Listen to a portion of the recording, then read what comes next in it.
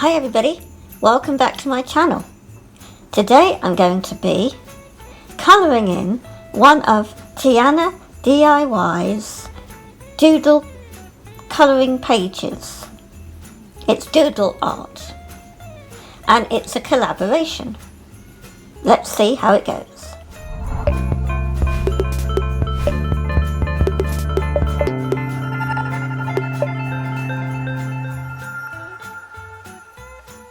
So as some of you might already know, TianaDiy has her own YouTube channel and I subscribe to her channel. And she is an artist and she's from Canada and she does lots of doodle art on her channel. And this is one of the pages I took an interest in during her live streams, and I said I would love to colour it, and she said okay. And then I thought, well, I've never done a collaboration before, so I thought, why not? Let's give it a go. I think you'll all enjoy subscribing to TianaDiy's channel. She has live streams most weeks and is always sharing lots of her art. We're going to go into a time lapse now, and you'll see how the colouring develops. I'm going to be using only basic art stationery supplies, just basic felt tips, and these are by Maped or Maped, whatever you call them. Let's have a look over here. They are called Colour Peps Long Life, and I thought Maped felt tips are quite good. They are a little bit of a dry felt tip. They're not as soaking wet as the Bic felt tips have been, and basically it's what we can get hold of at the time from the supermarket. And so yeah, we're going to see how they work out on this lovely colouring page.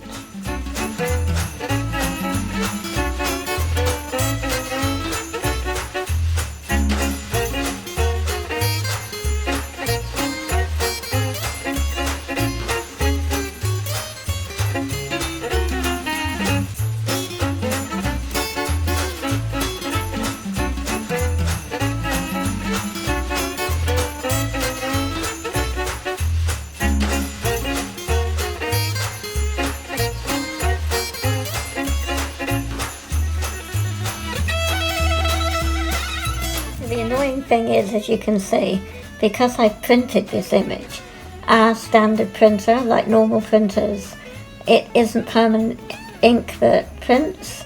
So whenever you use water-based pens like felt tips or watercolours or anything, big no-no, the ink will run, it bleeds a bit, so you get a bit of muddiness, which you can use to your advantage.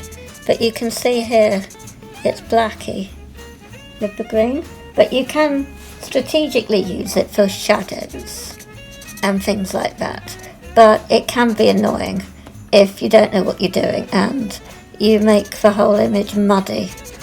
But if you just take your time and try and go in between the black lines here and not actually over the lines, you will eliminate quite a lot of the blacking effect. So that's just a tip for you.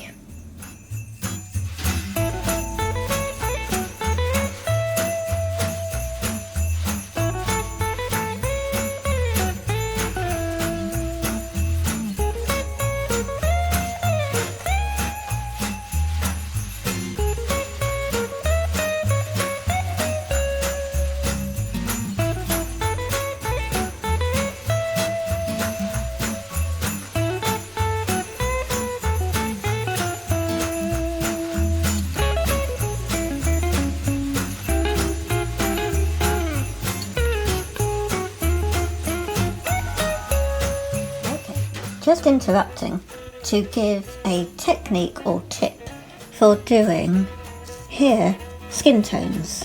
So originally what I was doing is I swapped felt tip pens. I went for this more juicy, unbranded, felt tip. It's quite a chunky tip. We'll have a look in a minute. But my point is, using a standard paintbrush or this water brush you see the water's in the barrel and the brush is at the end with the cap on. You scribble your felt tip onto, well, plastic, but I've used a plastic freezer bag. This is a Ziploc, but it's still a freezer bag. And put something white underneath. I did a tissue, just so that you can see when you scribble your ink onto here, you'll be able to see it. And then you pick it up with a damp paintbrush or your water brush and paint it onto your paper. I'm going to be doing a video totally about how you can watercolour paint using felt tip or water-based markers.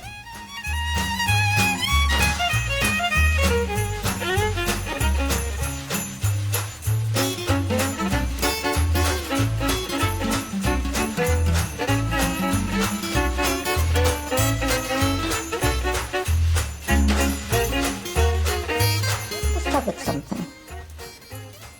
The tip I showed you about the watercolour, I'd stopped using my moped Colourpep felt tips for doing the watercolour because I hadn't, it wasn't working on the paper, because originally I was taking the lid off the pen and dotting colour directly onto the face and then putting water on afterwards, and the ink in the moped wasn't moving, it was stuck to the paper.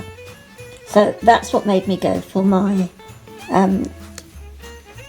what do you call them, unbranded felt tips or water-based markers.